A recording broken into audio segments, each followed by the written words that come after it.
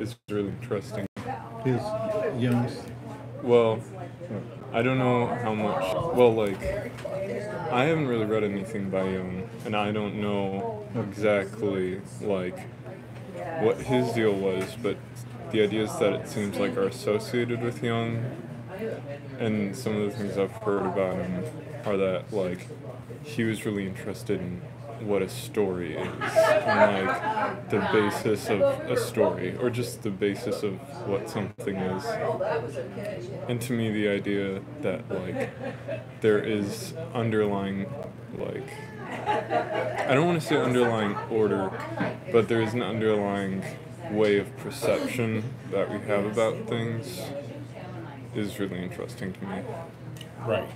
And it's about good story or story that's interesting to people as opposed to story that isn't. Okay, so we're live on here. What I normally do is I keep my members anonymous, so only your voice will be here. Thank you. And but it is being broadcast globally, so. Okay. And as of now, we have 2 people online, but usually, hi Mallory, welcome. The underlying structure that Jung talks about, he usually calls it archetype. Okay. Right. It's sort of like if you were on the surface of the water and the water was your instincts and your perceptions and everything. And, you know, if you saw a deer walk by, there'd be a kind of vibration here. And if you saw an antelope or, a lion go by, it'd be different. So it's sort of like, okay, so you've got this vibe on the surface. Yeah. Let's tell a story about it so we can tell them apart. And that's sort of the archetypes. The pattern. Yeah.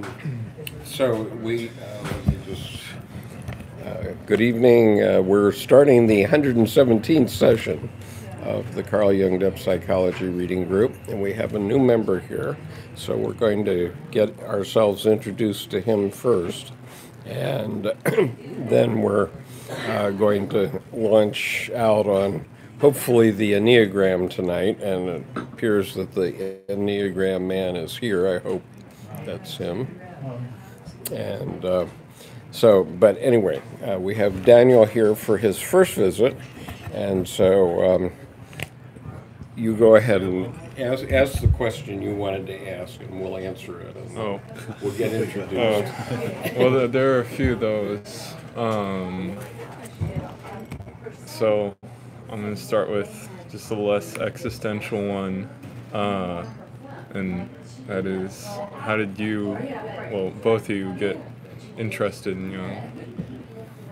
Okay. Well, do you want to take that first? I guess that is actually kind of existential. Well, when I was going to in high school or that level of school, we had a class with Jung, Adler, and Freud, and I hooked into Jung. Then later, after I got out of the Army, I started out as an art student. When I came out of the Army, I was in search of things. And it was always a toss-up between art and psychology, so I immediately went into psychology, which in those days was better if you went into philosophy or religion, because psychology was real mechanical. So that's how I got started, and so that was in my teens and early 20s, and then when I was in art schools and stuff, I was always looking for structure underneath that I could tap into so that I could make sense of things, and so that that's how I came to it and still do. So, Brendan, we're here. Daniel's a new member, so we're just introducing. Remember me? I do. Bill. Bill, nice to meet you. And Nancy can't make it tonight, and John broke his arm, and so he can't make it tonight. So this may be the group tonight. But maybe some other new folks will show up. Kelly will show, or you never know. So we do have I'm okay with this. Yeah. So Daniel, I'll tell you my story, but just give us a sense of how you got to this. Are you in college now? No, I'm actually, I'm out of high school and I'm taking a gap year now, and I'm interested in art and writing, and I'm actually trying to do some writing now. Uh-huh. And I find Jung very interesting, and the idea of archetypes and I don't know, stories and all that. How'd you Very hear about it? interesting. Yeah. Well, my mom's always been interested in Jung, and I haven't really read anything by Jung, but I don't know, I've heard about him just like throughout my childhood, so I've gleaned like a fair amount of information about him, and I just think he's really interesting. And like I was talking about, the idea of like structure and just how we perceive structure is really interesting to me. Well, it's certainly important in terms of structure for writing and art, of any kind of art.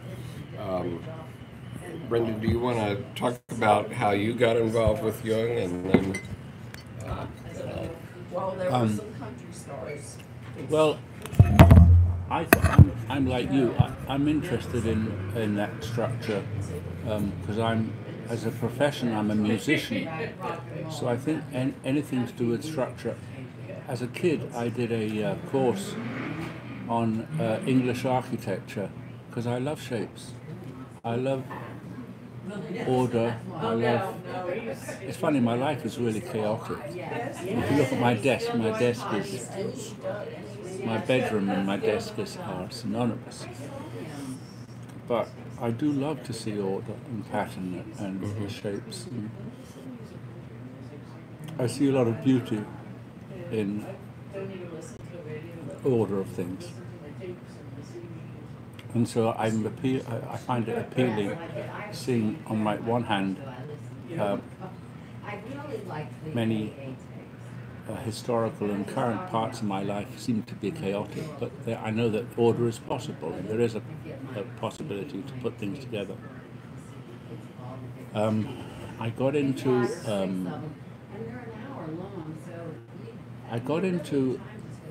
psychological side of it because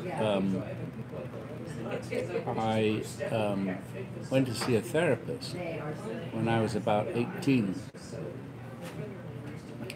because I wasn't a good student, and I drank a lot, smoked a lot, and so the college sent me to see a therapist to help me deal with whatever was going on.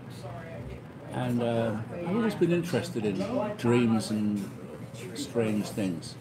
To be honest, I first heard of Jung when I was about 16, and I was reading a book I picked up called The Psychology of Perception by Alan Paton, and that fascinated me too. How I found your group, I don't know. I think I just Googled Jung, and your group came up, and I was very interested in being part of it. And since my last meeting, which was my first meeting 2 months ago, I bought that book that you were all looking at, the red book. Yes. And I love it. You should get it if you haven't got it already. The red book. Okay. And it's red. It's red. Easy to remember. It's expensive. It's about $45. I couldn't find a used version anywhere. But it's great. It's the story. It's Jung writing down his chaotic life. Jung writing about his dreams and visions and stuff. Thank you. This was Jung's visionary experience, his own visionary experience. So, welcome everyone. Usually on these Sammy's evenings, we are not able to see the chat. So please carry on the chat without us, and with any luck, we might be able to see one or two chats as they go by, but they usually go by too quickly for us. So we're going to carry on. So Well, Daniel, you're very young to get interested in Jung. Yeah. He's 37. I mean, Yeah, you can tell by my voice. Yeah, it's but you're welcome. Because what I've been finding in this group is that people are getting interested in Jung much younger than previously. I mean, traditionally it's people that are 35 or older because they run into some roadblock in life, some crisis, which often is referred to as the midlife crisis. And then they're looking for something to hold on to psychologically, right? Yeah. And then they either come to a Jungian analyst or they start reading Jung and get involved in it that way. But one of the big reasons I got interested in it was because I learned that archetypes are the things that make good art and good writing, okay? And so if you write a story that is based on a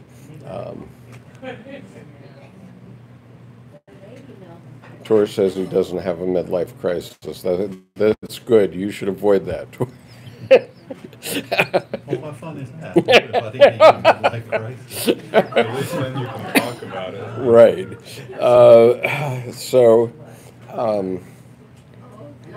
What I found was I started to go over to Maryland Hall to take painting classes and portrait classes and so on.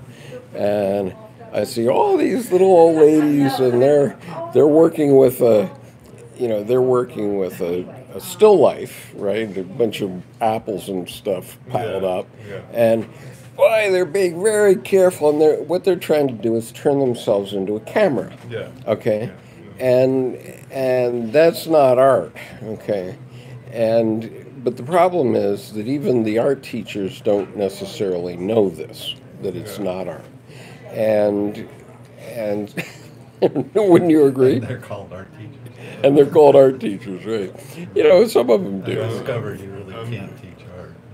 You have to grow into it. You have to grow into it, right? I'm fresh out of high school, so I know exactly what you're talking about. Right, and so anyway, I got writing. I wanted to do some writing. And I ran into a book in 1992 or 3 called Women Who Run with the Wolves. And I had studied a little Jung before that. Since '87 I've been studying him. But that book came along at a time that I was in a midlife crisis in '93. And I wanted to figure out what I wanted to do with the rest of my life. And I finally decided that I wanted to be a writer. And then I realized that I actually had been a writer all of my life, but for someone else, because I'd been practicing law and so on. But I wanted to be a fiction writer. So then I started to think, well, what do I want to write about? And I decided to write about the first woman prime minister of Japan, okay, based on 8 years of living in Japan, my own experience, okay? That's a fictional account, yeah. It's a autobiographical account, but it's with us. And the only thing that's absolutely untrue in there is there's never been a woman prime minister of Japan. But other than that, it all happened, okay? One way or another, okay? And within that statement, you have to understand that there are physical facts and there are psychic facts. So sometimes when I say such a thing, it might be a psychic fact, okay? But it all happened in my head, okay? And what I had was an 8-month visioning experience where this novel just wrote itself. And it's very archetypal, and it's based on something that's in that. If you tell stories that are roughly patterned on the Greek myths, let's say, or if you paint pictures that are roughly patterned on the Greek myths in some way, then you're going to do art that other people will be interested in, because they're archetypally connected to that as well.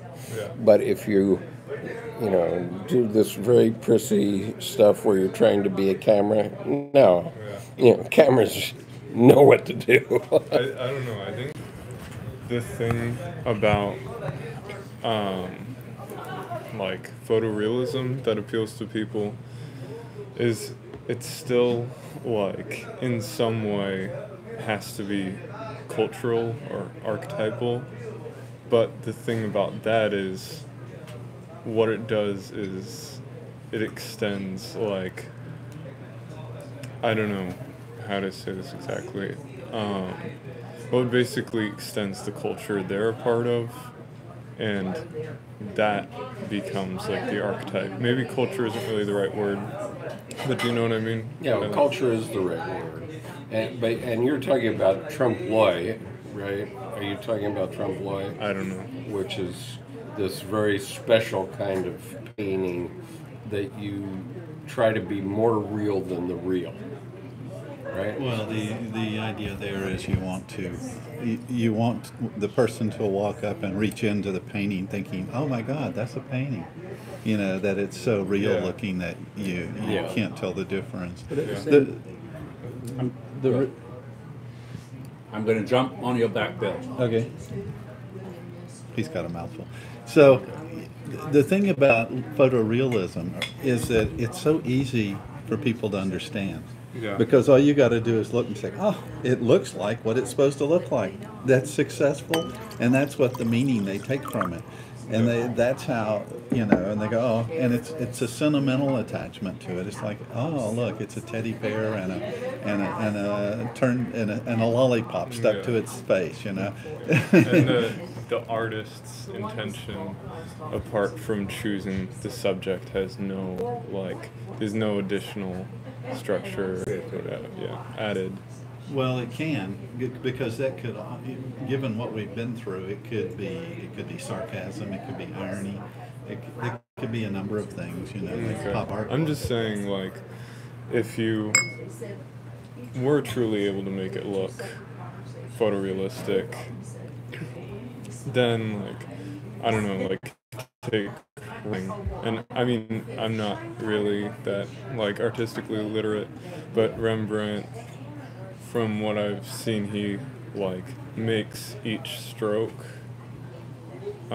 meaningful, and each stroke is like distinct, and so his like movement within the painting adds to the structure of it. Whereas if you have something like photorealism, it's just the choosing of a subject, and then like the act of making it out yourself is very little addition to the structure of it, I think. Right, well, what I hope, one of the fundamental things which you can find on the YouTube channel that goes with this evening, right, is that we're trying to get through to the unconscious. Okay, in Jungian psychology, there are two centers. One center is your ego, which is everything you can see and touch and know about in your conscious life, right? And then the unconscious, which is everything else, okay? And there's lots of things going on other than what you know, what you can see and hear right now, right? And so, like, you don't know what's going on in Brendan's mind as I'm speaking. You don't know what's going on in Bill's mind as I'm speaking, nor in my mind. You just know what's going on in your mind, right? And that's in your conscious mind. You don't know what's going on in your unconscious mind, right? And so, one of the things that we want to see in art is we want to see you bringing out something that we didn't know, right? That we didn't, and so Bill's idea about trompe l'oeil being you could put your hand into it. It means that you're not seeing the two-dimensional. You're not seeing a two-dimensional photograph. You're not aware that you're not there with it, Okay. right? That you can actually walk into the scene, right? So, I guess, I don't know if this is what you're saying, but then, like, the trick with that is, this statement with that, like, in regards to what you're saying is, perception is so limited that you can be fooled into thinking that's real, you know? So, or like, this is the I don't know if limit it's of your fooled so much as it's just you're bringing through what Jung would call the other side, okay? And so, for example, one of the fundamental things that Dr. Jung talked about was that religion, every religious statement of whatever kind is a statement of the psyche. It's not a statement of the physical world. Okay. And so what that means is that everything in the Bible is actually true, absolutely true as psychic facts, not necessarily as physical facts. Okay, there may be physical facts in it. I'm not saying that it's not historical. It is historical. But the ideas of virgin birth, for example, virgin birth would be the big one, where, you know, anybody will say, hey, you know, in the physical world we say there's no such thing, right? But in the psychic world, there are virgin births, okay? And there are reasons for that. I mean, this is a very complicated topic, but so the point is that in Jungian psychology, we're trying to take advantage of the transcendent function, which is on the front page of the YouTube channel right now, which is about getting communication going between your unconscious and your conscious mind. Okay? And so when you're an artist, that's what you're trying to do too. I mean, would you accept that? Roughly. I wouldn't word it the same, but yeah. Okay, how would you word it? Well, I mean, the transcendent functions, just that process whereby something from the unconscious is brought into the conscious and expressed somehow, made present. The artist, of course, is doing that. The artist doesn't necessarily, and probably best, doesn't have an archetype in mind. He might discover an archetype after he's gone through a process, because that would assume that archetypes are frozen, and they're not. They're shimmering on the surface, and they're changing all the time. And if you're looking from this angle, the light's different. You go, oh, I see a different story. So I mean, it's not like you can reach for a structure that's prefab and expect to have to create art. You might invent something. Being inventive and being creative are two different things, which is another story. But and a lot of artists are inventive. Also, a lot of artists aren't artists; they're designers. They just don't know it. Okay, I see what you mean. Right. So designers are very connected with the rational world, whereas a true artist is not connected to the rational world. So let me give you an example. I used to be a member of the portrait co-op over here at Maryland Hall, which means that you could go for 3 hours once a week, and the way it worked was some local citizen would agree to sit 5 times for 3 hours each, and all the portrait co-op people would come out in and paint that portrait of that person. Okay, so there'd be 5 sessions, and so, and 30 or 40 people would show up to paint the portrait. So at the end, they'd have 40 portraits there. Okay, so the very first time I went to this thing, the executive director of Maryland Hall, which is the art place over here, right? She was sitting in her 5th day of sitting, right? So I came in. I'd never painted anybody's portrait, and I just took my palette knife and I started to pile paint on the portrait, and at the end of it, I thought I had made her look like the Grinch who stole Christmas, right? But at the end of it, she very graciously offered to buy all the portraits, including mine. And I was very surprised that she would take mine and pay me money for it, but nonetheless, she did. And a year or so later, I looked in her office, and she had all the portraits on the wall, but mine was in a position of honor. And so I said, what's the story here? I mean, I made you look like the Grinch who stole Christmas. And she said, oh, no, that's my favorite one because that encapsulated exactly how I was feeling that day. Okay, so somehow my unconscious connected with her unconscious and created the emotional connection between her and me that nobody else had quite captured, in her opinion. That's what she said. Yeah. So anyway, that's a So you're start. more into writing than I wouldn't say that. Well, I mean, my whole life I've really considered myself an artist. But right now, like, I'm trying to focus more on writing. Just, to spread my ideas a little more precisely. So can I ask something about the story you just told? Do you think that you were talking about, like, unconscious connection? Do you think there's any, I don't really know how to say this,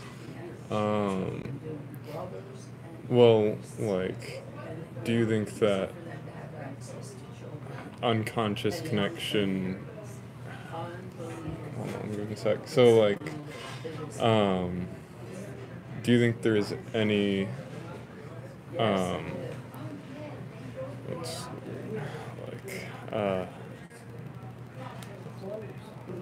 cheating rules for unconscious connection, or do you believe it all happens physically? No, I mean, there is cheating in physical rules. Okay. Yes, there is. I mean, the collective unconscious is a real thing.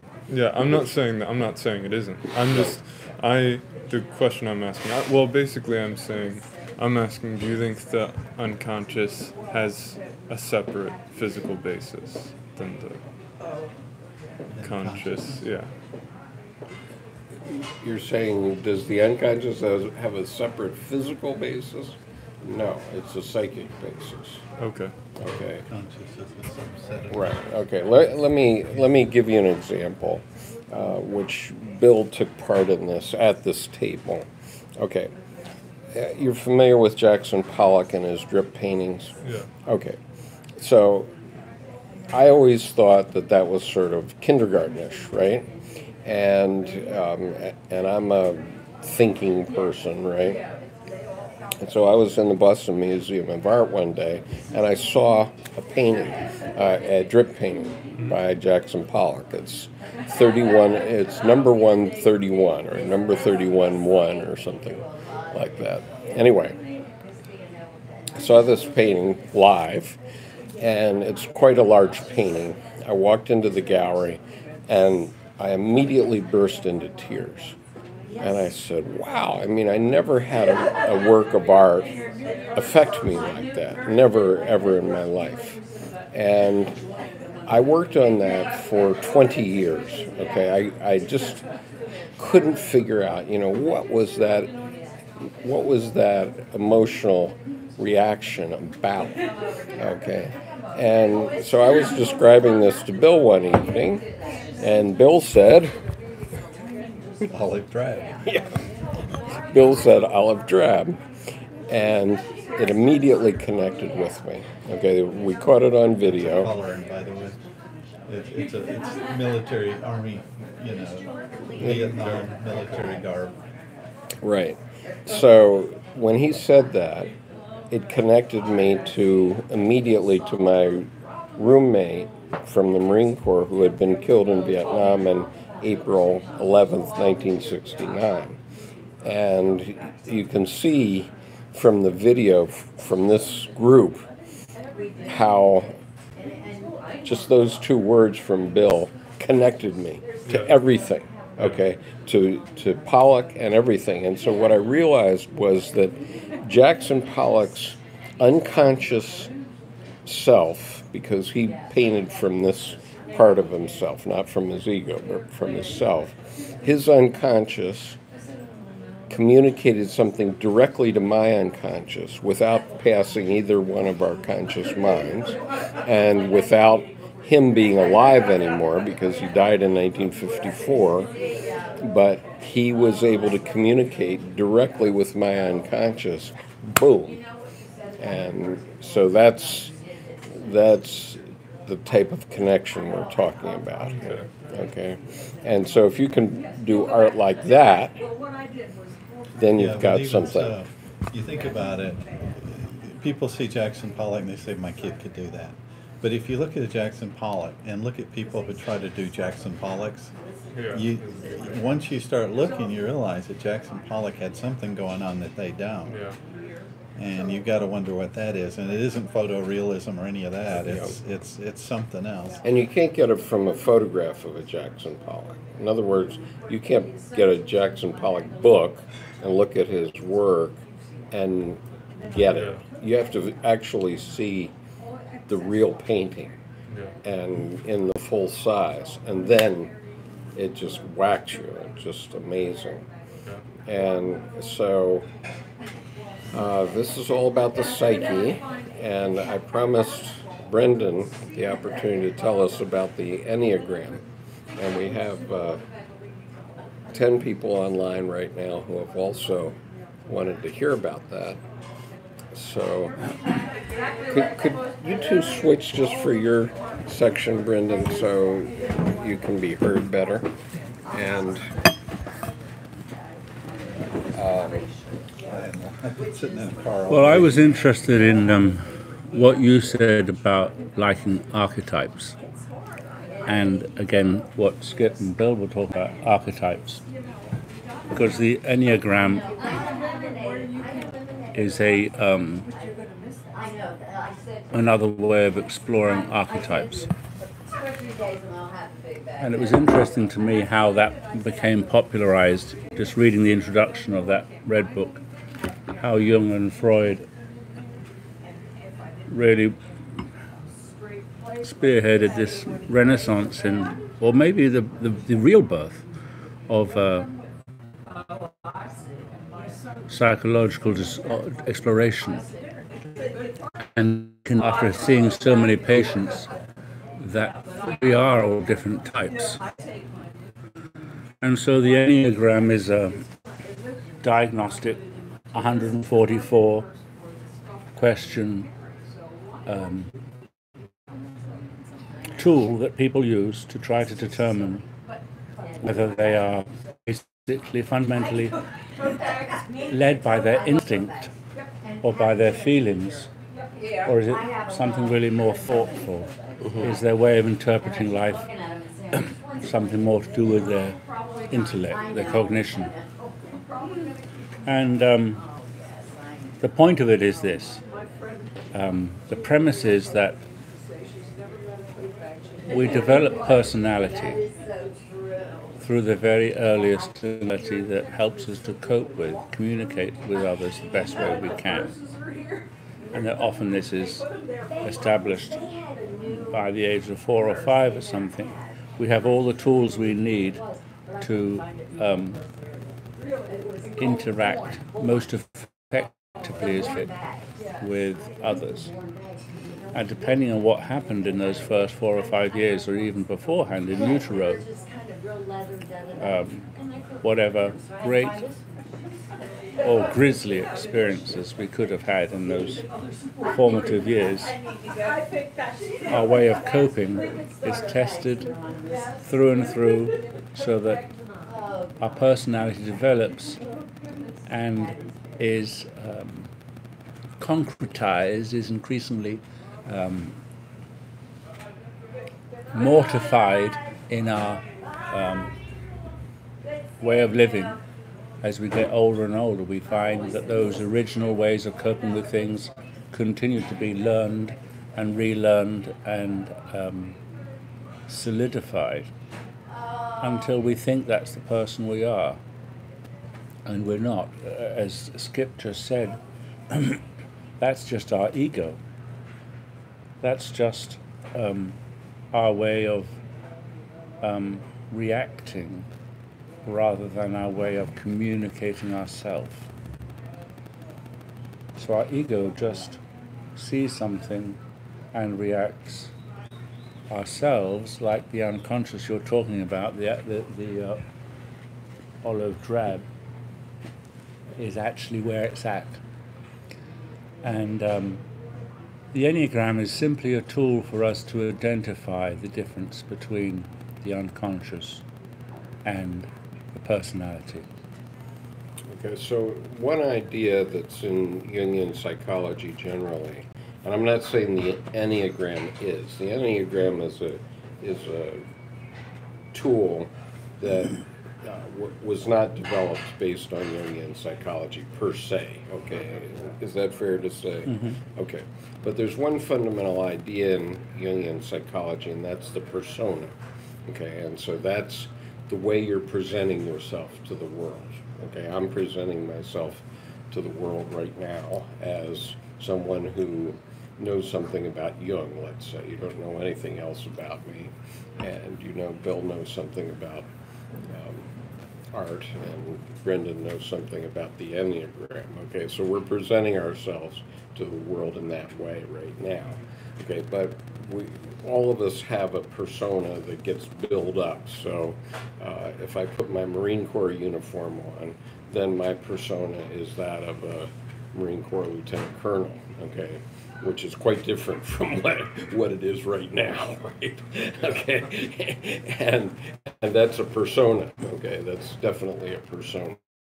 But one thing I did do was look at a 6-minute video about Enneagram. So everything I know about Enneagram was in that 6 minutes. Are you certified now? and it was somewhat flawed, I can say. Okay, but basically, what this person was saying was that there are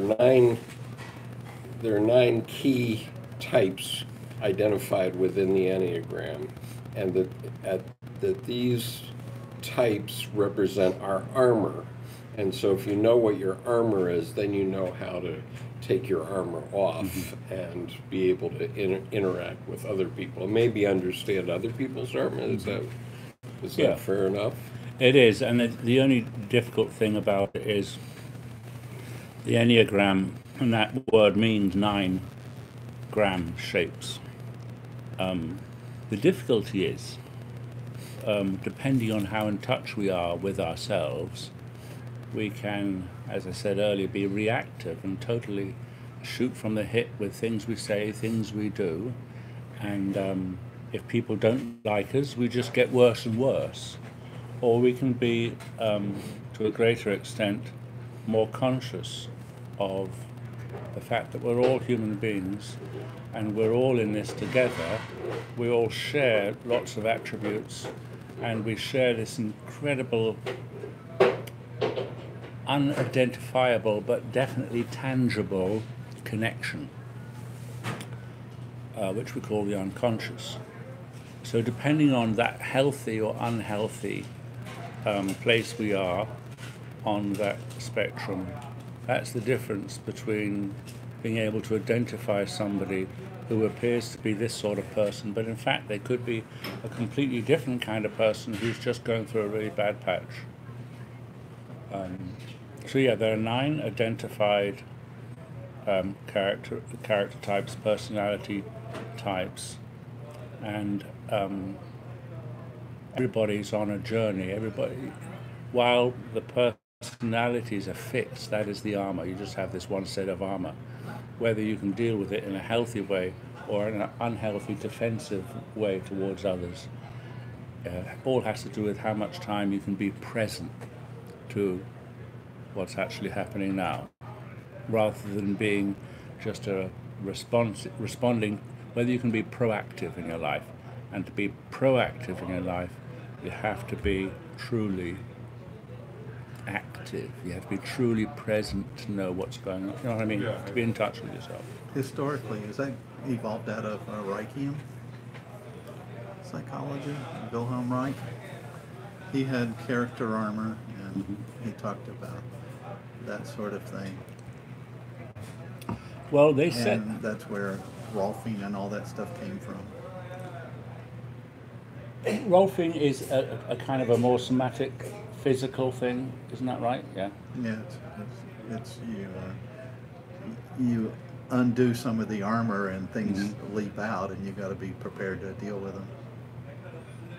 Yeah, there's definitely a sense that in the Enneagram analysis, that living out-of-body experiences, we're not in touch with the physicalness of our presence, our bodies.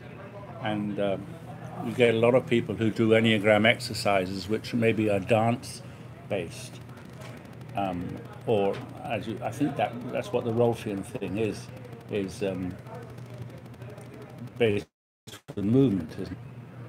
I don't know it well enough. I just know it's sort of like a massage technique where someone massaged really deep into your musculature, and in an effort to sort of realign and release things, and it has. So one of the reasons, just a second, let me ask this question of him, then you come in before he answers. So I'll give him a chance to think about it. Okay, so one of the reasons that I wanted you to take this up, Brendan, is because of your volunteer work, where you told us that you use the Enneagram with prisoners and with homeless people. And so I just like to get an idea of how you present it to the people that are in that situation. But just think on that, and whether you And what are you trying to accomplish? And what are you Especially with homeless trying to people. accomplish? But let's let Daniel ask his question. Okay. So I have a few questions and to say. The first question, you were talking about, just Enneagrams and archetypes.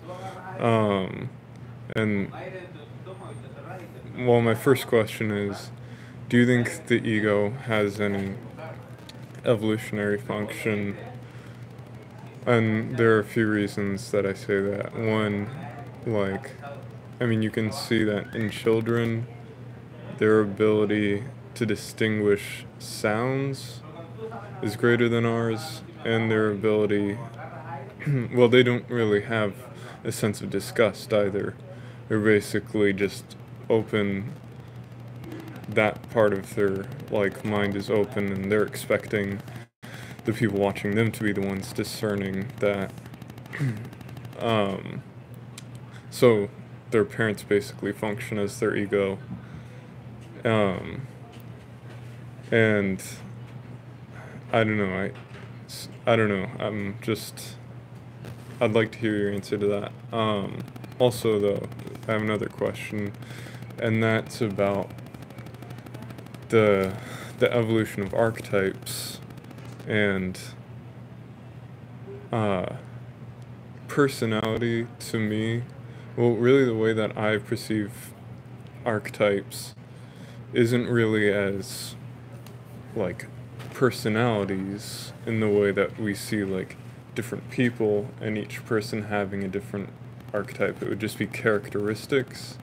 They're characteristics that are distinct, and then those characteristics can interact and form into an archetype, but it's actually really hard to like formulate those into an archetype that can be represented in one person, like Marilyn Monroe or something.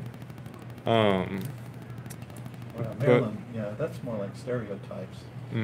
I don't really know anything about it. It's just a picture right there. Sort of precede any kind of representation or presentation. I think because you have each one of us is individual. We have a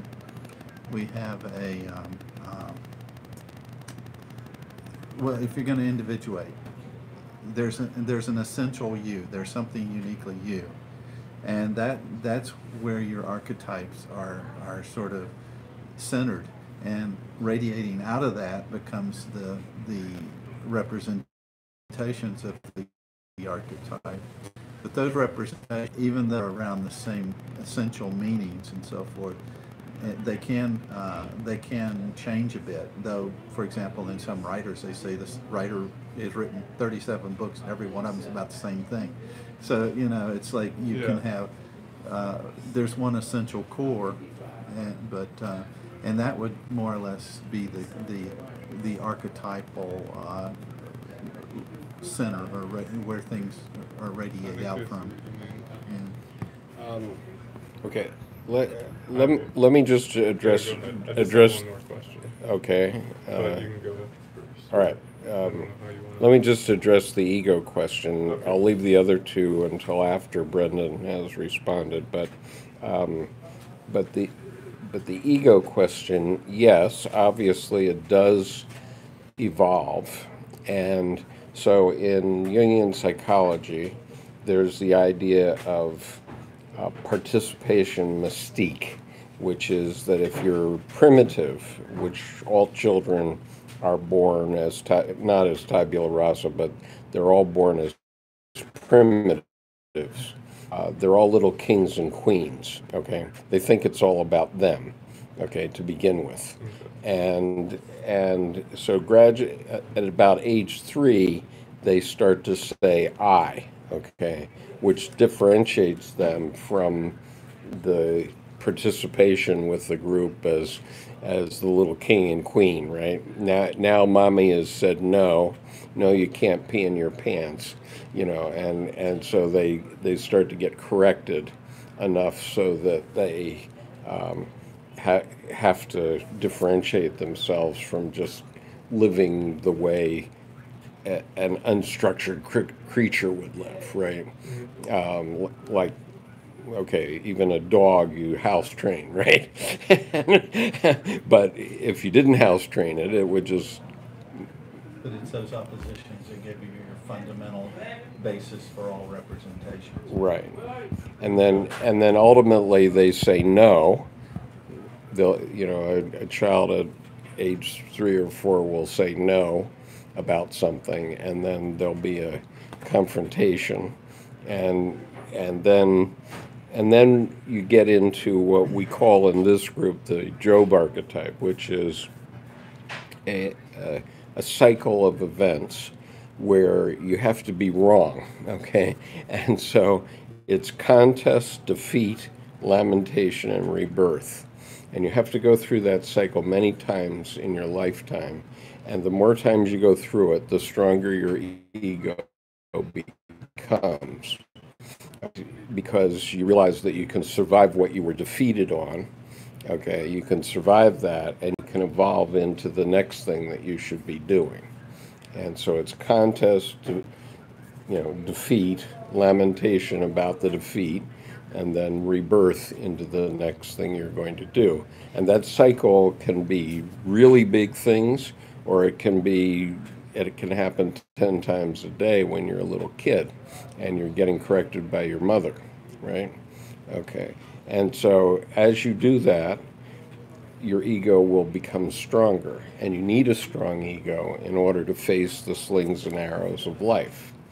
Okay, so my rule is, if you're not making a mistake every day, you're not trying hard enough. Okay, because when you make mistakes is when your you evolve and your ego gets stronger. That's why when I was teaching, I said, you know, I said, this is a great place. You can make mistakes here. This is the best place to make mistakes because it's what you're supposed to be doing. You know? If the teacher's always so good, you're so wonderful. Well, that's great for the old pat on the back, but you're not really getting any critiquing in. Right. So you want to make mistakes, and you want to have to lament about it, you know, and say, "Oh my God, you know, I shouldn't have done that." But then you have to grow out of it, and the problem is that, you know, if you can't get through it, if you can't lament about it, and then move on to the next thing, then you are going to commit suicide. You know, then that's what happens to people, that they, you know, they just can't cope with these things, and so you need a strong ego in order to protect your own physical being, right? Yeah, but that doesn't mean a rigid ego.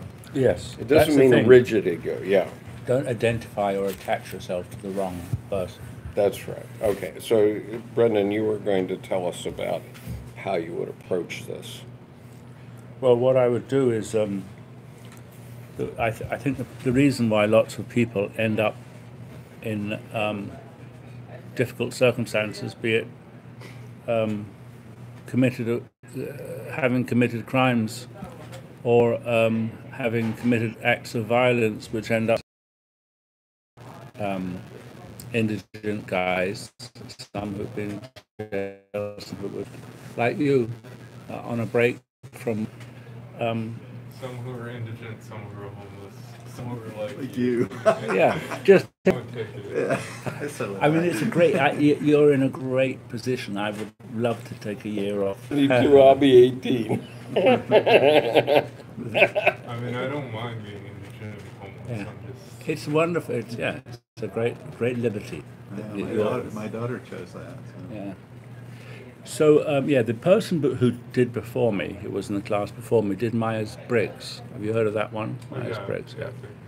So it's the same kind of thing. I just preferred the Enneagram because it has a more spiritual component. It has, rather than identifying different character types, the Enneagram, the spiritual side of the Enneagram sees itself as we're all on a journey, but we're all on different journeys. So that's why I got into that. And I would do it with these men who are on this program because they would end up in a situation where they'd be in a fight, an argument, or that kind of thing. They didn't know how to deal with the argument, so they would lash out violently.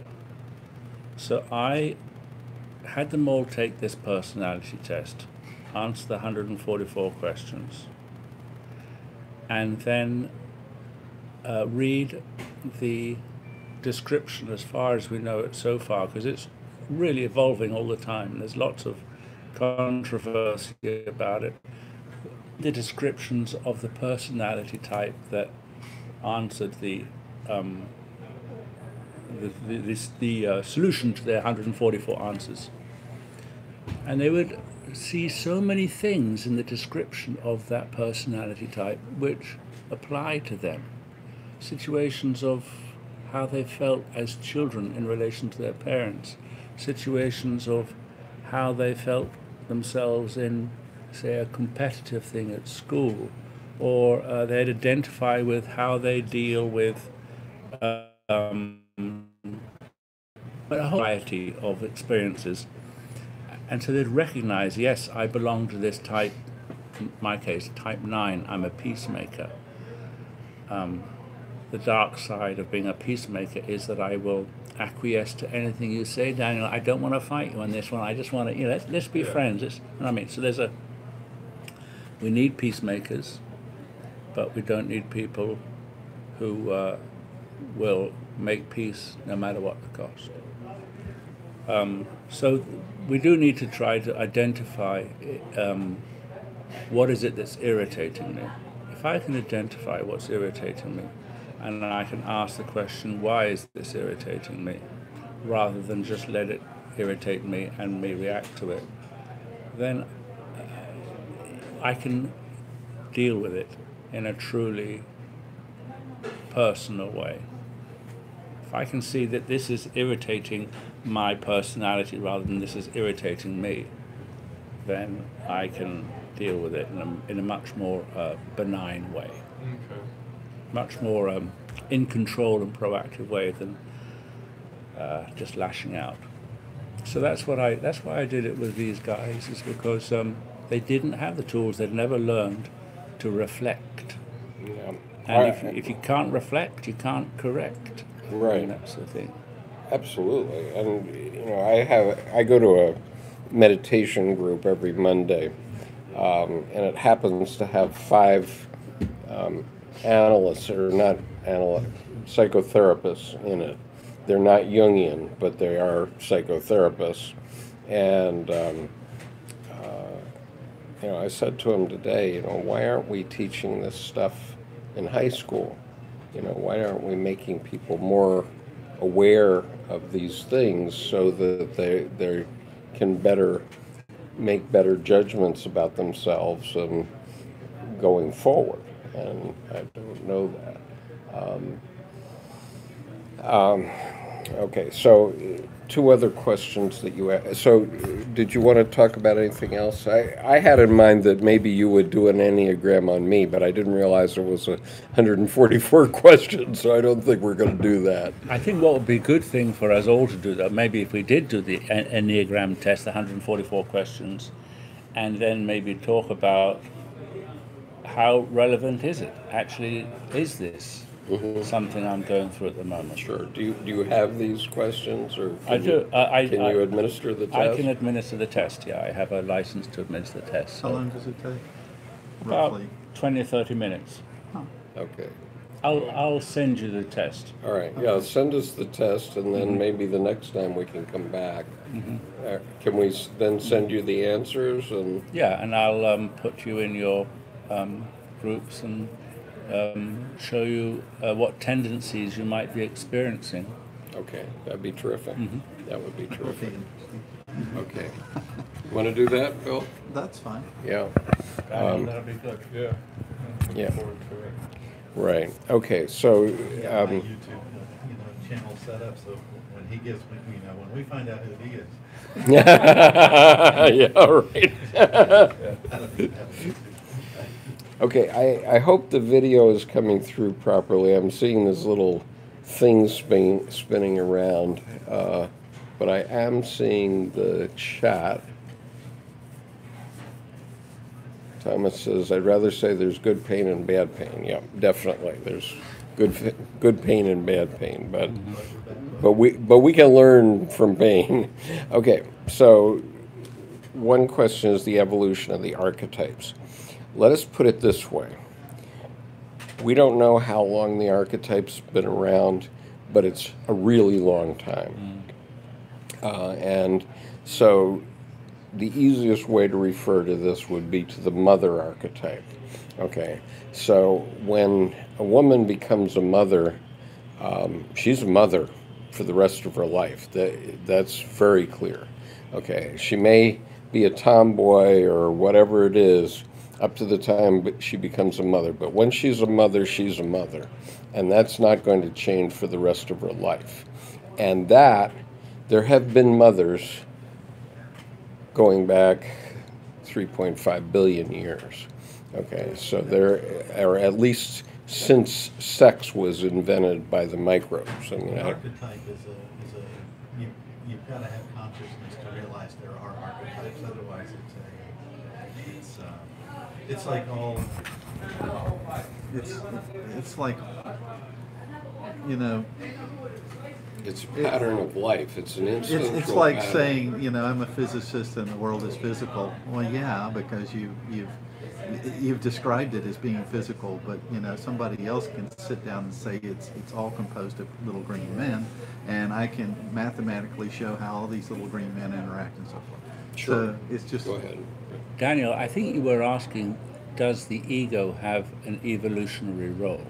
Is that what you asked? That is one. That was the first And question. I think that the answer is yes, definitely. fight or And flight. it's evolved. Yeah. The ego evolved. It wasn't there to start with. That's the whole thing about consciousness. There would be no consciousness without ego, because the ego is sort of that opposition that well, the ego is a number of opposition, but within the ego there's what the Jungians call the opposites. And because you have, there isn't this or that, there's whatever, there's a relationship between, how do you talk about, it's sort of like you're talking through psyche to talk about psyche, and that's very difficult to do. But what you're doing is, people get very concrete, but what they're really dealing with is they're dealing with opposites, and they're finding space in between the opposites within which to declare some kind of substance. I don't know. No, I love what you said earlier about the objection. When you're when you're objecting to something, you make a stand, you express. That's where I think that's what you're saying now. And you have to reflect. Well, I'm also talking about representation itself. Representation, you were saying. Yeah, because representation, we only have representations. Everything, we say, okay, there's a gas. Well, I know there's a glass. I hit myself in the head with it. I feel it. And that's a bottle. Yeah, but you've got those experiences, but you could describe them otherwise. You could say, well, that witch over there made you pick up that bottle and hit you in the head, and so you didn't really pick up that bottle, and it wasn't really a bottle. That witch just makes you think it's a bottle. It's actually a rock. I don't know. It's just we've got conventions that we use, and we agree. And it's sort of like saying, is that green blue the same green blue to you? What is it like? If I had your eyeballs, would it look red? There's just this, we're in this whole field of relationships. I call it differential play of signifiers, but anyway, you're in this sort of bubble of opposites, and you start identifying ones that other people identify, and you develop a consensus, and within that bubble, each of us Ultimately, is making that reference. becomes a culture. Yes, society, yeah. And we need it. We need Right. to agree on the parameters. Okay, but let's understand about the opposites. The opposites are absolutely fundamental to Jungian psychology, but there are thousands of them, okay? And infinite number. And the opposite side, okay? So they're what cause us to do things, okay? I would say That are they're the nets of psychic energy. They're the ones that sort of entangle psychic energy, Right. so that we have consciousness.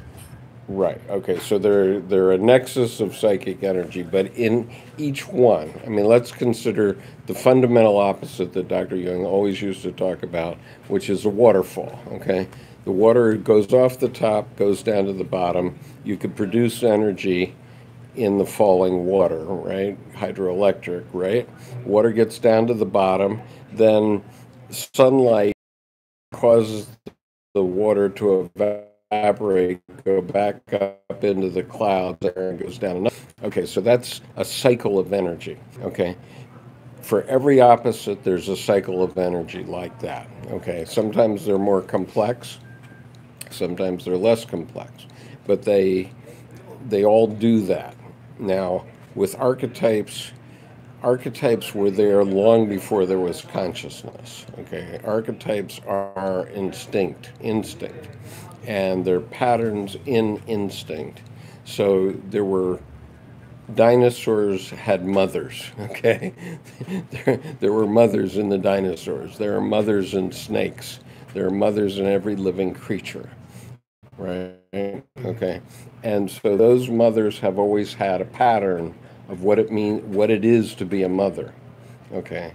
And so that's true of all archetypes, okay? Not only mother, but young men typically get bitten by the warrior archetype in one way or another. It doesn't mean you're going to go out and join the Marines. It means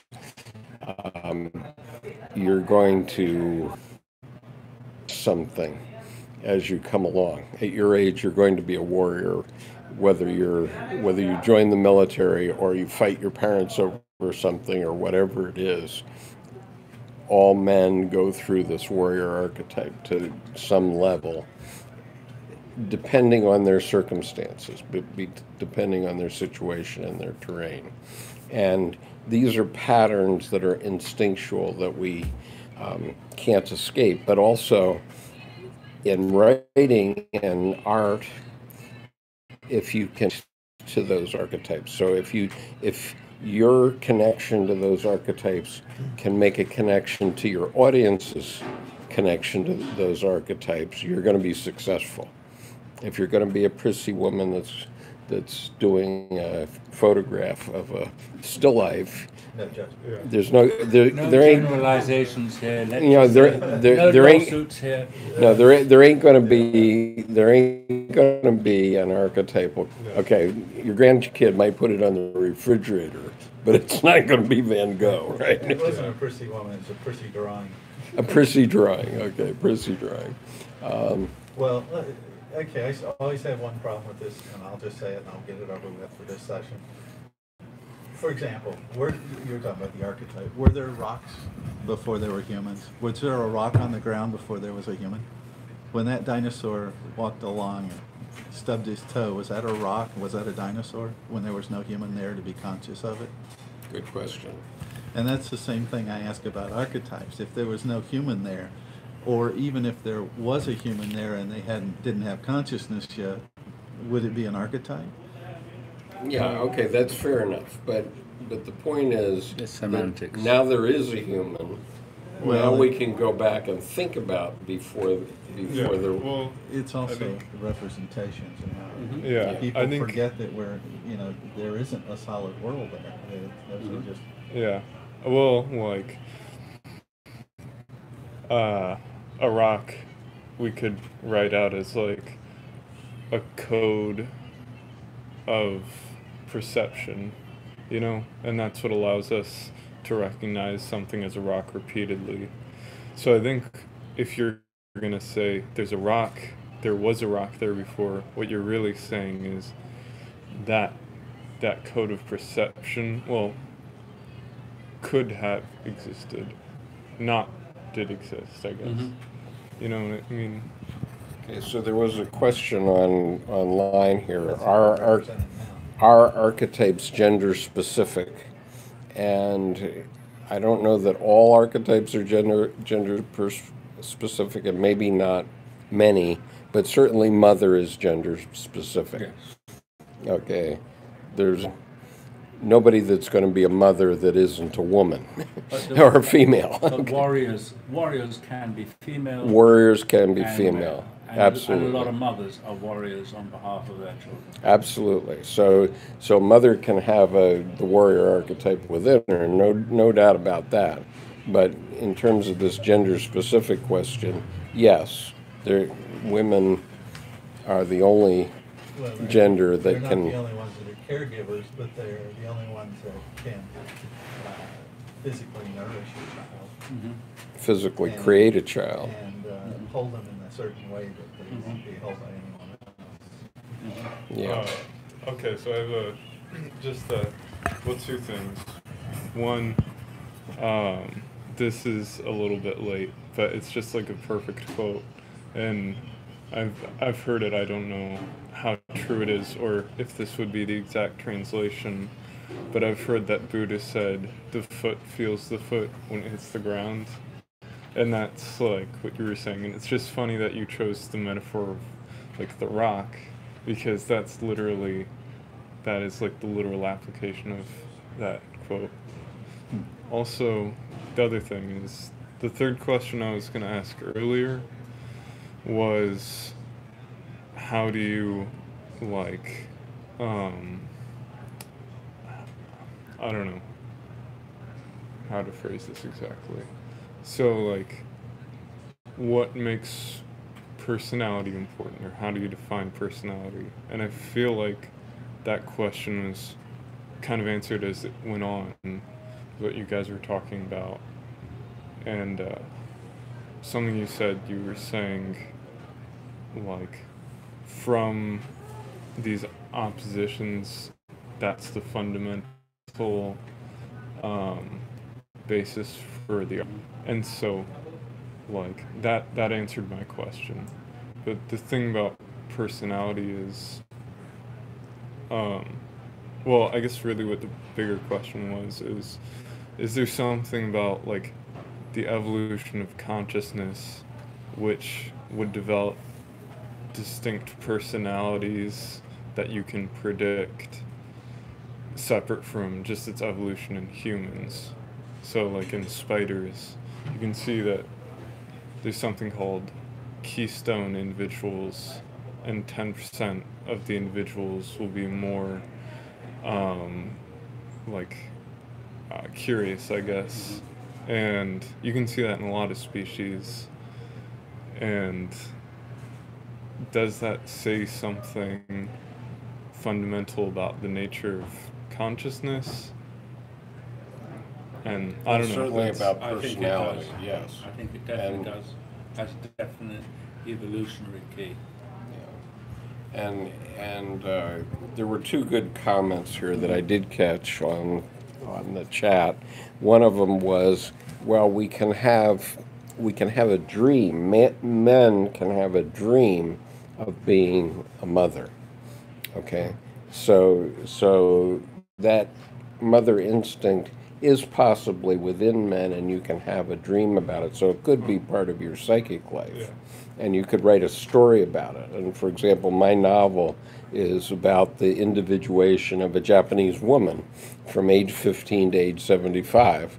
And so that the entire novel is about a woman, right? So I could have that imagination about that woman even though I've never been a woman.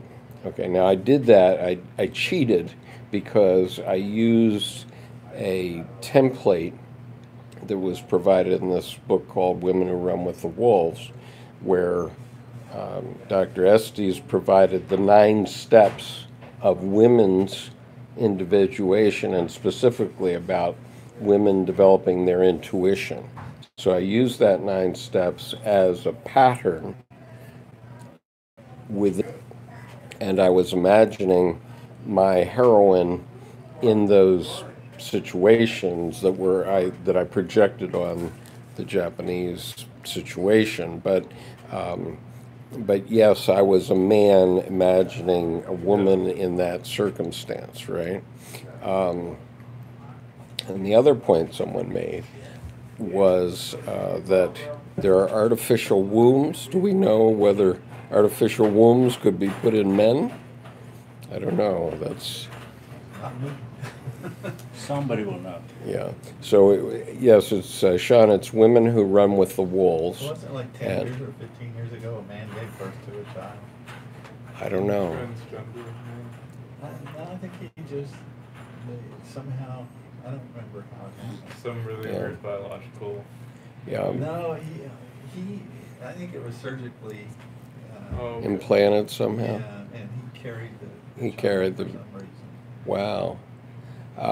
Okay, I'm not a good enough biologist to know that, okay? But that wouldn't give rise necessarily, would it, to, because it's such a phenomenon. Right. Would it give rise to, Well, if you don't give vaginal birth, I don't think you've really given birth. Yeah. So, oh, sorry. Were you gonna? Well, C-section births are real births, right? Yeah, But it's it's a different. different birth. Yeah. Yeah, it's a different birth. But go ahead. Wait, Okay, Daniel. so I have a couple more things to say about in birth, because just like pregnancy and birth is a really interesting experience to me, and I think that like the gut is so central to like experience, and I don't know, I feel like we need a better word than gut, because like really viscera, is that okay? I'll use that. Well, Viscera is really Just veins, right? but it's applied to the visceral feelings also. That we Oh, have okay. in our gut. Okay. Visceral feelings. Okay. Well, so I don't know what like the numbers are on this, but I know that the gut contains like an incredible amount of neurons, and I mean it's even called the gut brain. And the idea of like I don't know, pregnancy really outlines the difference between experience and like thought so perfectly, because it is literally happening within your gut brain where you are physically experiencing all of this. And so like I don't know, they were talking about having a dream about being a woman, or like seeing something through a woman's eyes. And those are, of course, things that you can do and imagine to some degree, but it will never like be the same as having it happen literally within your gut brain. Right. And Well, it's interesting that you talk about this because Dr. Jung does talk about, especially primitives, not thinking of their thinking being in their head. They think of it as in their gut. Okay, for example, he visited the Pueblo Indians in New Mexico, I think, in Taos. Yeah, Jung. And you know, he was responding to how they thought. They said they think in their gut, and so it's a matter of, it is a matter of sensation. So you're I quite think right. my gut. And right, and a lot of us have a gut instinct, right? So we talk about that being, you know, it's a sensation which I would call a communication from the self telling you maybe you shouldn't do this, right? That's your But all those premonitions and stuff, you see the police, I see things all the Yeah, time, yeah. and I go, oop, there it is. Yeah. Before you see it. Yeah, exactly. That's right. I've never thought those were in my head. Yeah, those the aren't in images your come head. up, and I parse them with my head, but Right.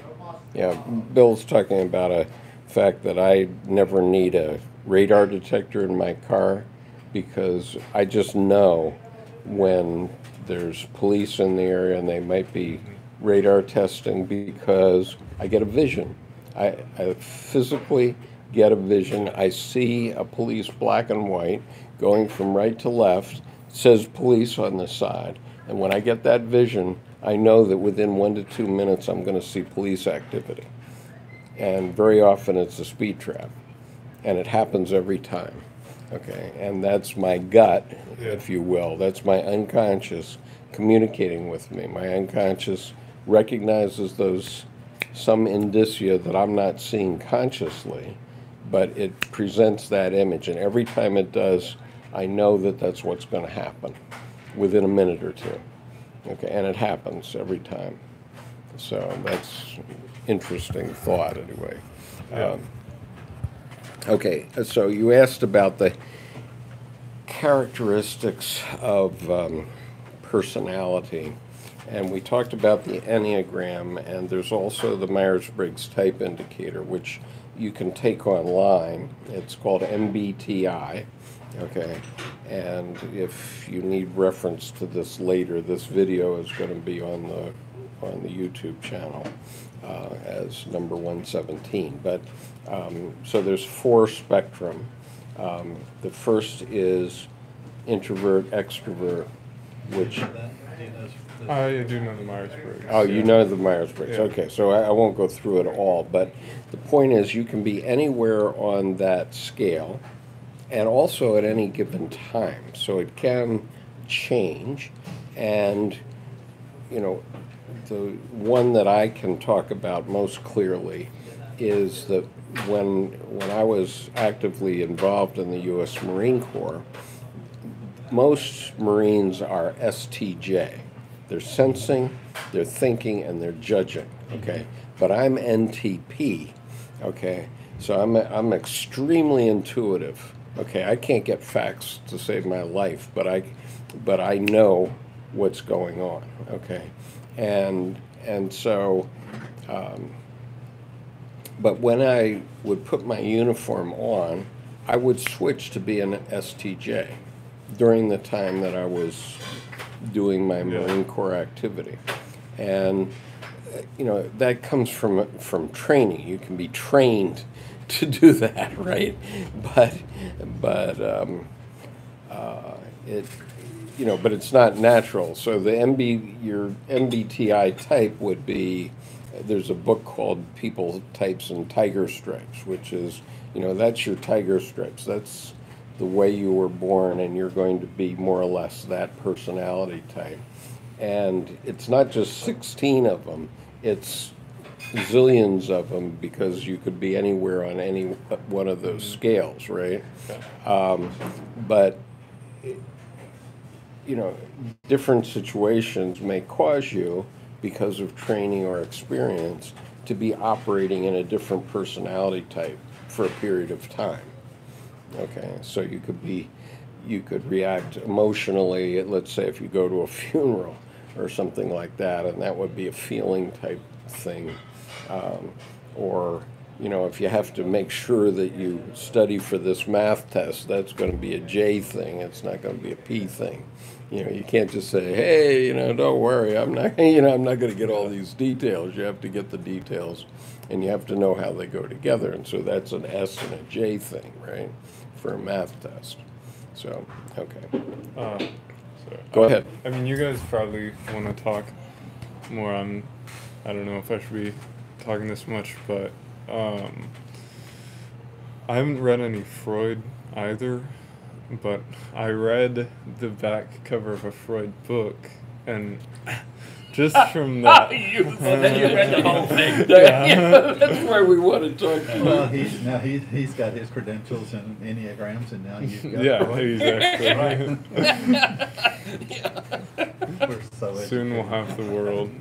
But, like, there was one thing just in that he said which really clicked with me. And he was talking about the determinants in memory. And you were talking about switching from being an N-type to a J-type. And, like, one of the big things about being an N-type or a J-type, it would at least appear, is the memorization of facts. And, like, to me, at least, I know, like, my memorization of things, or just will to learn things, is very much, like, dependent on what I'm doing. And, like, I've worked at a few jobs where I just haven't wanted to learn what they were teaching me, so I'm like, I'm just not going to learn it. And then that becomes, like, to other people, it appears that that's, like, because I'm incapable of it. But I don't know. Basically, my point is just... That was my whole high school career. Except for that psych. I ain't doing this. Yeah. Well, that's actually a really good point.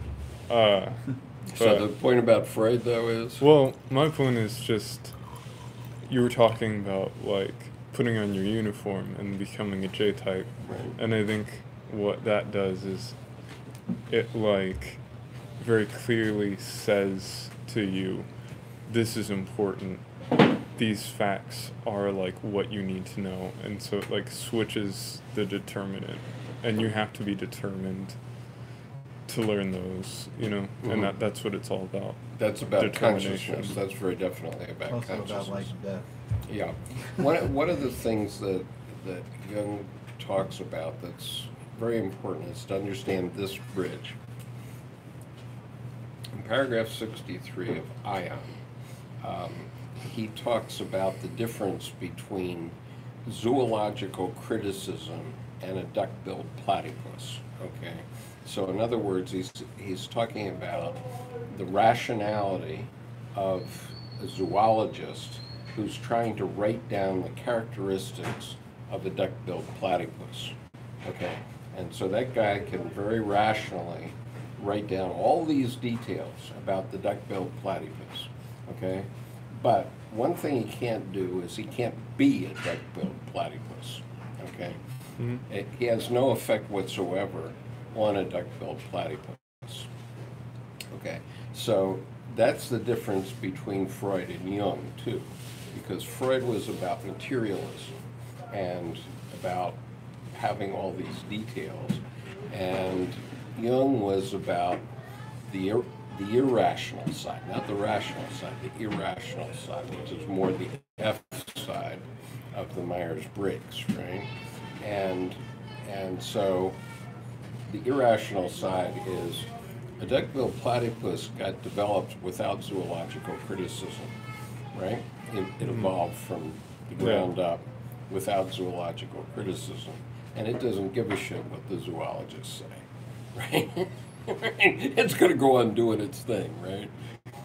And so we can have all the rationality in the world, which is what education is about. Okay, education is about giving you the rules of something, right? This is how you do X, whatever it is. Okay, but there's a reason they say those who can do and those who can't teach. Okay, because those who can't are teaching things that they can't deal with the irrational side of, right?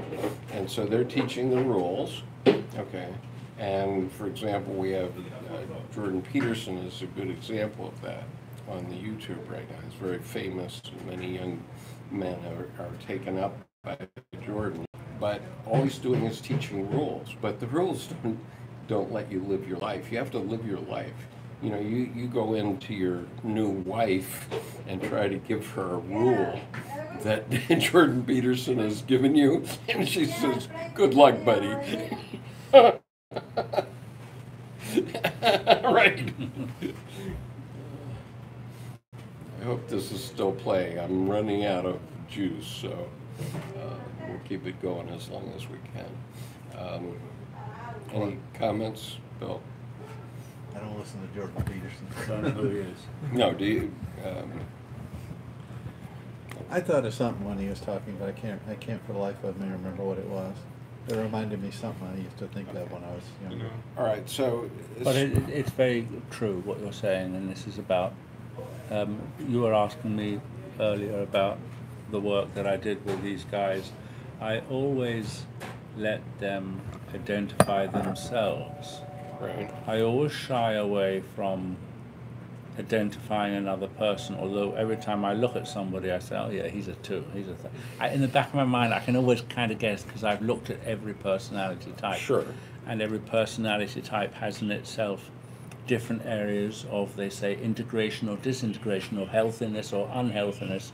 So a bit like you were talking about the Myers-Briggs, there's an infinite number of permutations of specific personality paths, but there's a difference in being able to be the person you are and to determine what's best for another person, or what's wrong with another person, or what type of person another person is. Right. And I think that's what we're talking about here.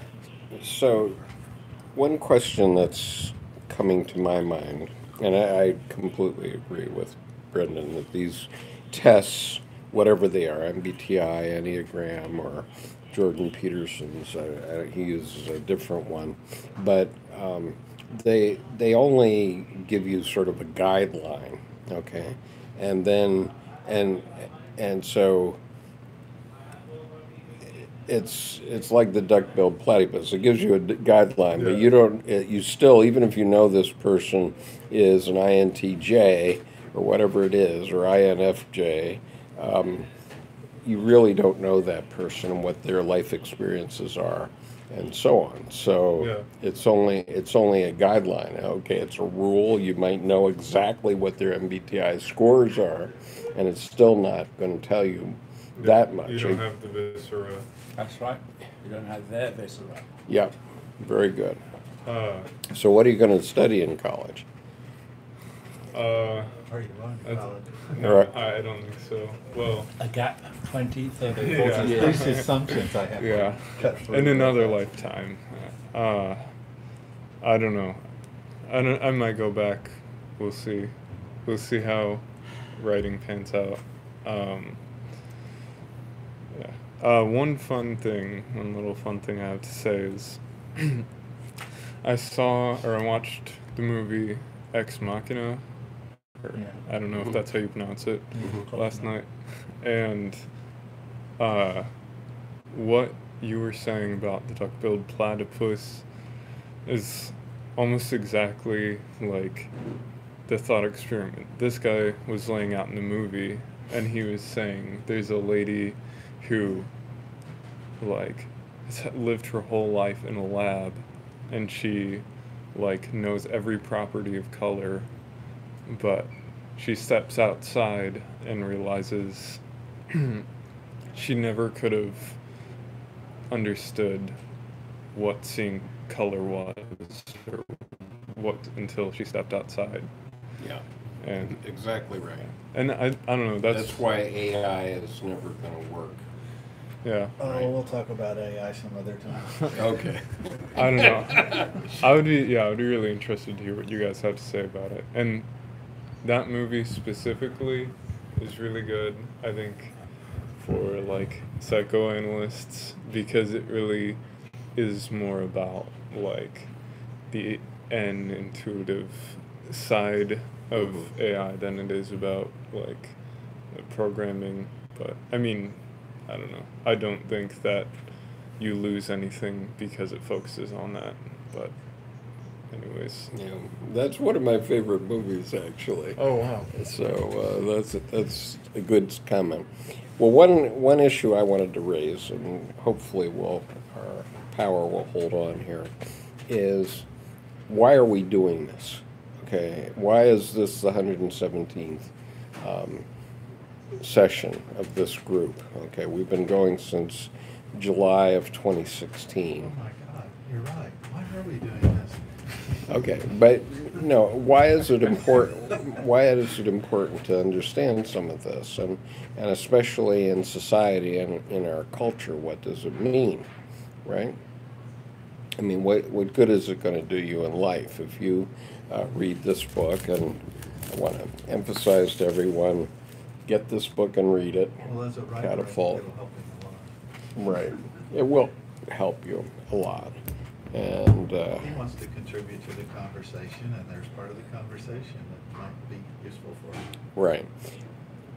But the fact is that we are evolving, and our psyches are going through all kinds of things. So when we see our cable news networks, for example, whatever you're watching, whatever it is, whichever side, they're trying to get your psyche to evolve in a certain way, right? And or devolve. And so it's about consciousness. Dr. Jung was about the next level of consciousness. His observation was that we are going to enter a new level of consciousness, okay, which means that the things that were originally under Judaism were controlled by the law, the Ten Commandments, and everything was very rational and so on. And then the next stage was belief, which is from Christian era, and that was relatively irrational. And now we have to reach a new level, because what developed in Christianity ended up getting 175 million people killed in the 20th century. Okay, and there are a lot of young people that are your age, young men especially, who are either nihilists or atheists or something like that, right? But when you're a nihilist or an atheist, you're ignoring the fact that there is something going on in your psyche. Yeah, and it's kind of hard to motivate yourself. Right, and so the issue is that you have to. The, yeah, so the next level is psychology, and understanding the psyche, and understanding where you are in this continuum of consciousness, of this new level of consciousness.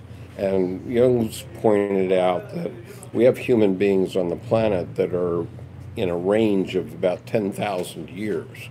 Okay, and I've seen it very much in my travels. Interesting that you said we have people within a range of 10,000 years.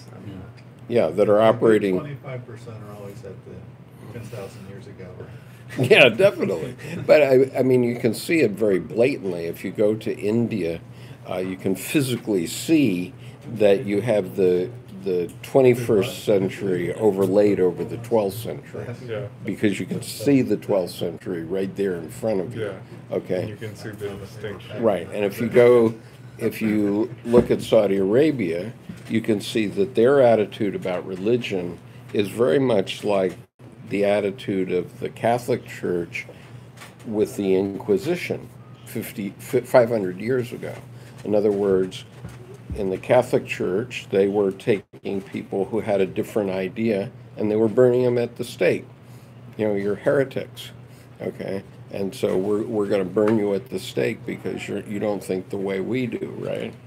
And so if you go to especially places like Saudi Arabia, you can very clearly see that they're still 400 or 500 years.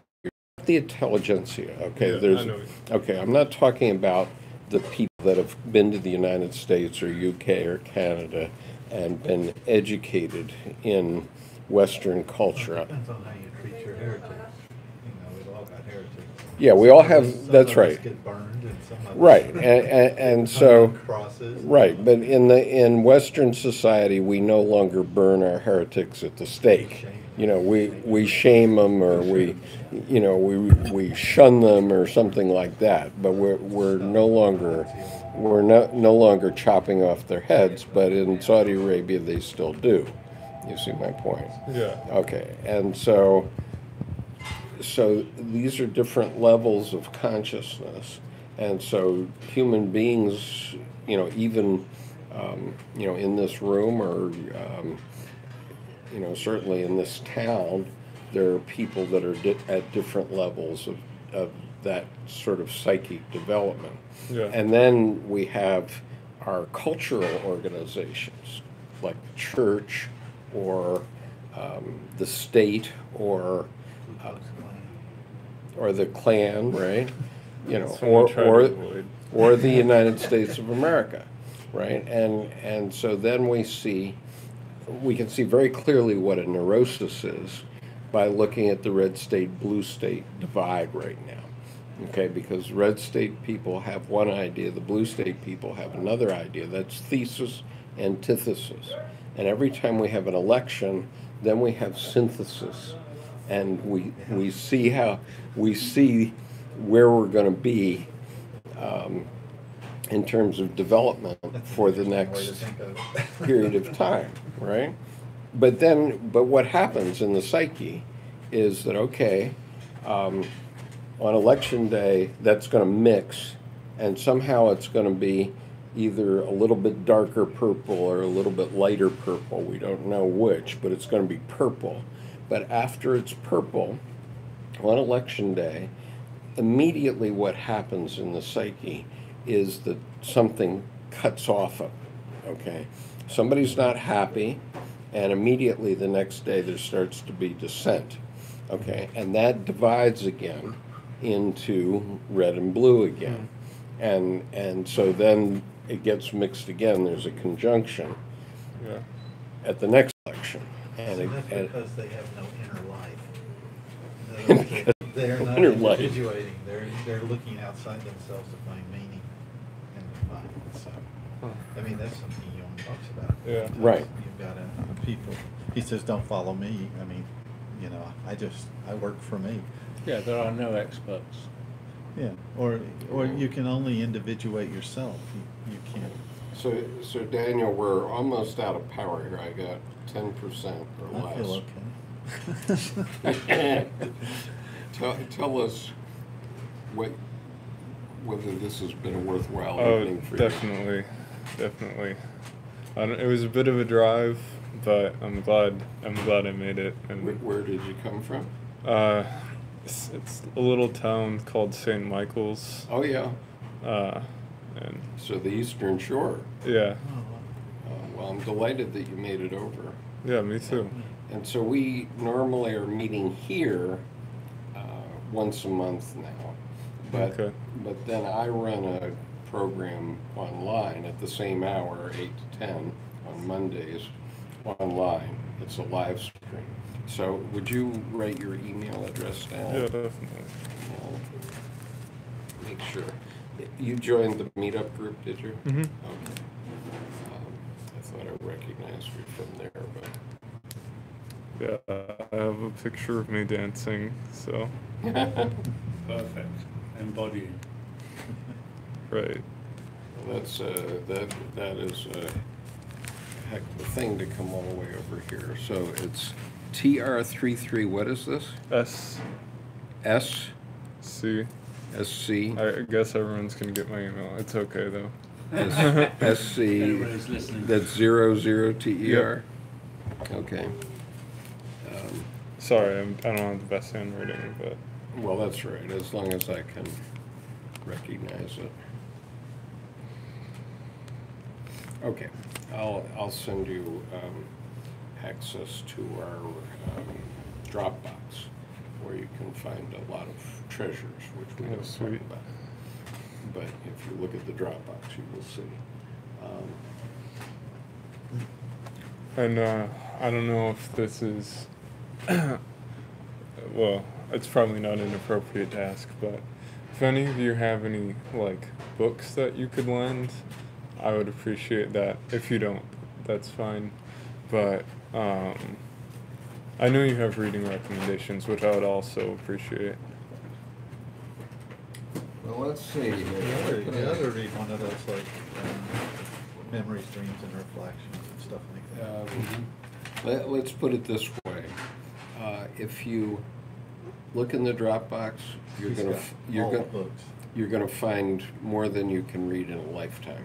Okay. All of his works. Perfect. Oh, really? Yeah. In your Dropbox. Yeah. And Yeah. Can you tell the listeners how? You can download them. You just download your Okay. Dropbox. yeah, you can download them from the Dropbox. You don't have Okay. to even have a Dropbox. Just Oh, really? download the files. Wonderful. Yeah, you don't have to PDFs, have a most of them are Dropbox, okay? PDFs. But if I send you the link to the Dropbox, Mhm. I think you can get into Cool. it and get whatever you want. Okay. You mean I need an book? Is this anyone's? Is this? Go ahead. The Red Book is there. Come in. And Sweet. I like having a copy. yeah, you probably need. Oh, by the way, I'm not recommending the Red Book as a place to start. Okay. Bill is saying that, but if No, Bill didn't say that. you didn't say that, Brendan I said just that. said I bought it. I was so impressed with what you talked about it last, and I'll be honest, I have only. It's like a hallucination. It really Yeah, is. it's like Without any anchoring, it's gonna just seem like Yeah, a yeah, hallucination. right. It's exactly like. I like hallucinations. Those Yeah. like Route 66. What's the fellow called? It's the, Well, then it might be fine. Well, let's put it this way. Jung went through a 5-year visioning period, okay, when he was having visions like the biblical guys, like Job and Abraham and Jacob, and all these guys had either dreams or visions, right? And they're described as that in the Bible, okay? And so Jung had a 5-year visioning period when, and so the Red Book is describing his visioning period, okay? But when that ended, then it took him 50 years to put it all down on paper, what it meant. Yeah. Okay, so I would urge you to look at 2 books first. One is Man and His Symbols, which is the book that Jung intended for laymen to read. And the other is Memories, Dreams, Reflections, which is the autobiography of his psychological development. Okay, keeping in mind that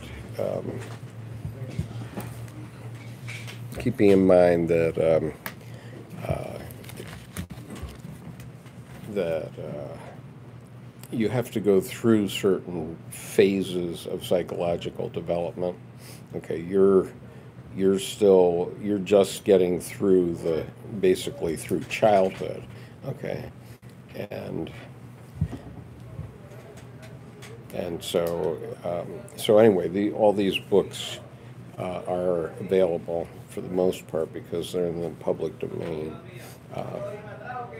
And so I would start there, and then you can start to see which books you actually want to have.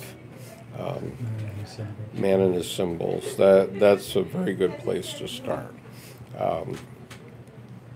And you want to focus on the idea of individuation, okay, because that is the one thing that Dr. Jung's work is guiding you toward. You are doing that. We've discussed all these books in video in this group, and they're all on the YouTube channel. That's Okay, terrific. from the beginning. There's 860 some videos on the YouTube channel, which is sort of overwhelming. But you can start where you want to start, and I actually, so it seems like we're wrapping up. I don't know if there's time for a story or not. yeah, go ahead, but go ahead. Our listening audience may not hear it because we may lose them. But I have a few things to say. Well, first, what you're talking about with visions, that also really appeals to me because as I was saying, I love art, and I'm a very visual person, and I always, if I am trying to process something, I try to attach it to images. I don't know, I just find that very helpful. And occasionally I do have images which are somewhat different than the images I generally draw, and they are what I would consider premonitions, even if they probably are. yeah. And one of them I had, and it was at kind of a rough point in my life. Well, not really that rough, but and I won't say exactly what it was, but I had this vision of something which I found very inspiring, and then it literally happened in the future, and it was kind of an obscure thing. Mm-hmm. And I don't know, I've had a few visions like that which are very clear, and I can just go back to. Well, those things are real, I can tell you, and Dr. Jung would love you because he wanted his patients to paint or draw their dreams in order to concretize them, to bring them out of the psychic realm into the physical realm. Okay. Right? Yeah.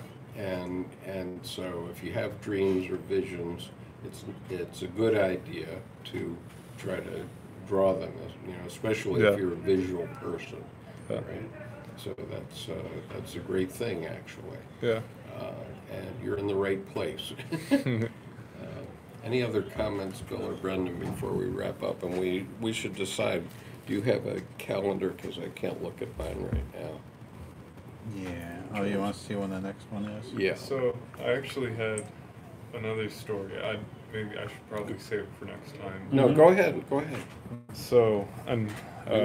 By the way, we're going to get kicked out of here in 8 minutes. So okay. You have 8 minutes. So I don't know if this is something I should share, but I will anyways. But actually, one of the things that happened to me, which was really a defining moment in my life, and I think is kind of like Jungian. Well, I went to Tucson with my friend, and we were doing like some volunteering down there and stuff, and he was like, I don't know, he smokes, and he was like, he got me some pot, basically, and you can probably see where this is going. And so that was like, he really got me like high for the first time. And I wouldn't mention this if I didn't know that, like, you know, drugs were something which, like, were talked about in, I don't know, like, in psychology, but...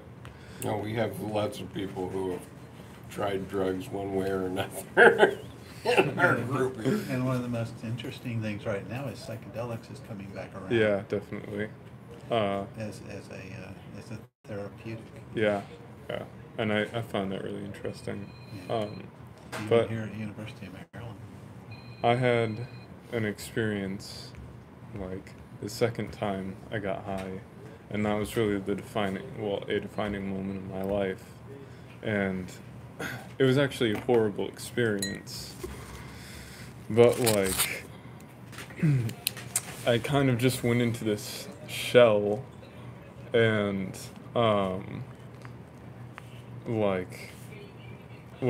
really, like, he was there with me, my friend, and he couldn't pull me out of it. And I just went into my head and started looking through every, avenue of human life. And, like, the thesis, I guess, of it is that everything is motivated by sexuality, or, like, the expansion of self. And I just went through and that was like an incredibly disturbing idea at the time, and I think there's something which is really disturbing about that idea, but not to me anymore, but Was that pop? yeah. One thing I would urge you to do is there's these two guys that operate under a pseudonym which is Uber Boyo. Okay, are you on Twitter? Mm-mm. Okay. On YouTube, it's Uber Boyo, which is with the umlaut and the slash, but you can put it in just without those things. But they are doing some very, very interesting work. They're young men, not much older than you, who have had very similar experiences to what you have had. They have, I've done an interview with them, so you can find that interview on my YouTube channel.